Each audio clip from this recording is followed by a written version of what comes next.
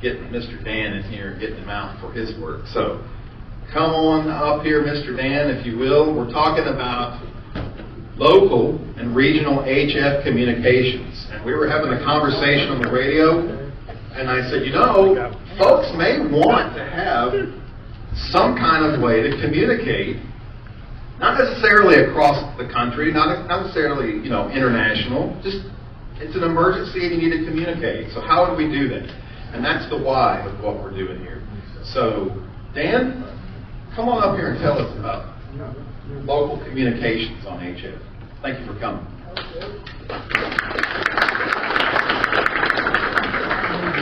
Before I get started, who ordered DoorDash? What is it? It's miscellaneous stuff. Well, when you talk about local and distant communications, you know, that's something that can be done with most any antenna and most any power output. You know, it's hard to really say what antenna is best for distant communications, but I do know if you want to communicate on, say, 75 meters, build you a sky loop for 75. They're known as sky warmers, because most of the signal goes straight up. And I use it to check on the Tennessee net, Alabama net, and I run 100 watts on a little over FT450, and I get 20, 40 over Alabama and Tennessee. And I've got a dipole that I had up, and usually it was S10 or something at real close range. So a loop is real good for local communications. Now, I would not, he wanted to mention or talk about building a loop for 20 meters. That's all well and good. But if you've got the space to build the biggest loop, you can. That way, as you go up in frequency, you start getting gain. And if you start at 20 and try to use 6 and 10, it works good if you build it for 20, but you don't get the gain you do from 80 meter. So, and also your angle of radiation at the higher frequencies also starts going down, and so therefore you get a low angle of radiation from the loop at the higher frequencies away from the design frequency. So it's better than dipole. On perfect ground, I've read all kinds of stuff, but you know, it's like the National Enquirer, you can't believe everything you read about antennas. But they say to work from 1.5 to 3 dB gain over a dipole. And when you get out, say if you got one built for 80 meters, you go on 6 or 10, you talk about 9 to 12 dB gain over a dipole. So, and the reason why I like a loop, they're quiet. They're quieter than a dipole. And the capture area, they also hear better, not only because they're quieter, but they just got a larger capture area. And antennas, that's really what you want. You want capture area. And capture area, you can hear things that some of the other antennas won't hear. And also they are quieter. My 3 antennas that I had up at one time was an 80 meter loop, an off-center fed dipole, and a 10 through 80 meter fan dipole. Well, they all beat the fan dipole. The off-center fed dipole, it worked from 6 through 80 also.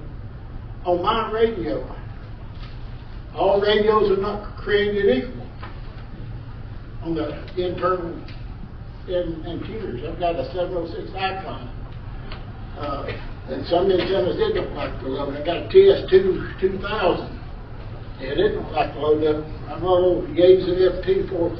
It'll load up a wet moving, I believe. It don't matter what you say on it. It'll load it up and talk.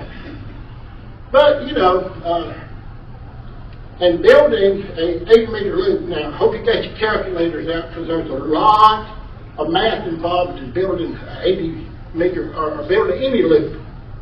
So this is the big formula for it. 1005 divided by the frequency. You know, and then when you get that, that's a wavelength. Doesn't matter what frequency that you want to build it for. 1005 divided by the frequency. And if you want to build a square wave, which is a horizontal loop, you make pretty much a square antenna. Now, I feed mine 1 foot from one of the corners.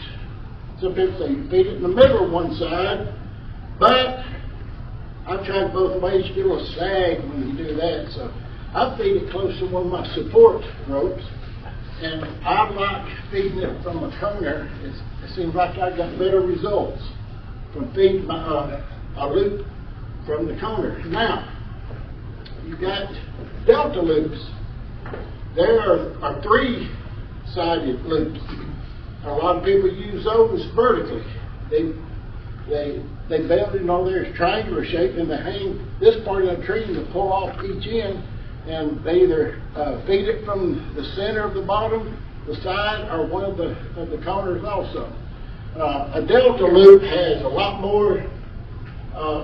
The angle of radiation on delta loop is a good bit lower on the design frequency because it is, most of the way it's fed is vertically polarized. So if you've got room to put up a loop, by all means put one up. And I don't care who you are, where you live, or what kind of equipment you got up. You can put one up at your place and swear back and take it down, take it to a buddy's, and he can spit further than he can talk. You know, I mean, antennas are different every place because they are ground dependent. If you've got good conductivity in the ground, they work great. If you've got poor, no antenna works good under poor ground conditions. They all work better if you have good ground. So if you ever plan on, buying say, an acre to build a house, first thing you do is grade it off. Get your chicken wire down the whole thing and cover it back up. How do you do it, honey? It might be a little bit expensive, but nothing stands in the way when it comes to radio, does it? Money-wise, that's what the wives think anyway. And why don't you spend that much on that radio? What's wrong with the old one? This one talks better. But anyway, I've got some stuff here I wanted y'all to take a look see at. Oh, that's my ticket sheet. This is a balloon that I built. I've got these handouts here. I got three. There's 3 of them. Okay. And this is and if you're going to fool with antennas, first of all, how many of you have never built an antenna? Buy this book, ARL Antenna Book. It will tell you everything you want to know about antennas. When it gets into the theory, it will tell you stuff you don't want to know. And so I could have given you a lot of theory about loops, but hey, 1005 divided by the frequency, cut it to that length. They're not critical. They're not really critical. They don't care. And I could give a lot of theory how they work, why they work, but that don't matter. Just build it, cut it, figure it out, build it, put up the lowest frequency loop that you can for the space that you've got. That calculation, is that megahertz, kilohertz? Kilohertz. Kilohertz? Yes, that's frequency in kilohertz. And I was telling a guy how to build antennas one time, and I told him a loop does good because the higher, when you go up in frequency, then you get gain. And he said, well, I built one for 6 meters. It don't work on 80. I said, it's not supposed to. He said, you said the higher up in frequency. I said, not meters. I said frequency. When you go up in meters, kind of like wire size. When you go up in wire size, the wire gets bigger, the number gets smaller. So he didn't know that, but he does now. Anyway, pick you up my tongue getting in from the IT, I can't see what I'm saying. ARRL antenna book. It's got any kind of antenna you want to build. Use your formulas for figuring out everything, and it just works out really, really good. And this is a battle that I built. And this is made of PVC fence posts. You ever been to Lowe's and see these square fence posts?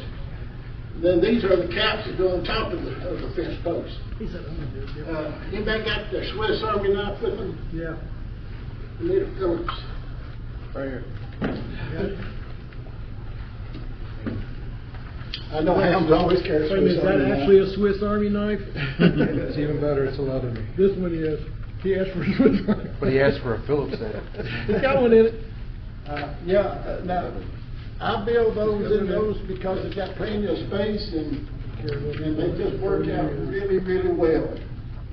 And in the little handout, you'll see another one that's built with RG175 coax. And you just do 7 or 8 turns around the toroid of little round chunks and coils. Anybody want to take a look at this? Now this is made with 2 separate insulated wires. And so if you go by the diagram, I've got a picture of the common mode choke, which keeps RF from getting back into your shaft, and the 4-to-1 vellum that uses RG174 coax. It's a 4-to-1 balance, so put up your loop, put your ladder line from the loop back to your shack, your house, but my house is a shack. But anyway, and then from there, you feed with a 4-to-1 balance and take your coax into your radio. And you don't have to build a common mode choke like this. Just take you a 2-inch piece of PVC pipe, 3-inch, and wrap you 8 or 10 rounds around it, tape it, and that'll kill the RF coming back into your shack. But most loops don't have that problem. And a loop is 200 ohms, basically, at the design frequency. As you get away from it, it can go up to a couple of thousand ohms. So, so build your loop and get out there and have fun with it. They're not critical. You just cut one for your lowest frequency you can. You can you can buy a 4-to-1 vellum. That costs you probably $100. I prefer you give me the $100 let me build you one. Just a question, if you don't mind. Yeah. You were talking earlier on about the importance of where you put the feed line. And you mentioned this earlier today when we were talking on the radio about making it vertical or horizontal based on where you put the feed line on the side, top, corner. Could you kind of review that again? Yeah. Well, a lot of people feed them right in the middle of one of the sides. That is more for delta loops than it is for sky loops. A delta loop, you can hang it vertically but make it radiate horizontally by how you feed it. If you feed it in the side, it will radiate horizontal. The bottom, it will radiate vertical. If you feed it somewhere in between, it don't know what to do. But anyway, it still works. It still works fine. So, anyway, anybody got any other questions, comments, or anything? I hope I haven't confused anybody. Your calculation, is it meters or feet or what? Feet? Feet? Yeah. Anybody got any other questions? I got 2 minutes. Well, How, the one you have up, how long is the wire? 400 foot? Mine is 265 feet. Which is? 8 meters. Hey, Yeah. And no 160? No, I don't have a 160 up. I've been wanting to do that, but you know, man, my younger days, I don't care if it was a footstep on the ground, thunder and lightning. If I decided to put up the antenna went up. So how'd you hang it in the trees? I just got this like Dacron Yeah. Cord. rope, yeah. And I took me a wrist rocket you can buy at Yep. Walmart. Yep.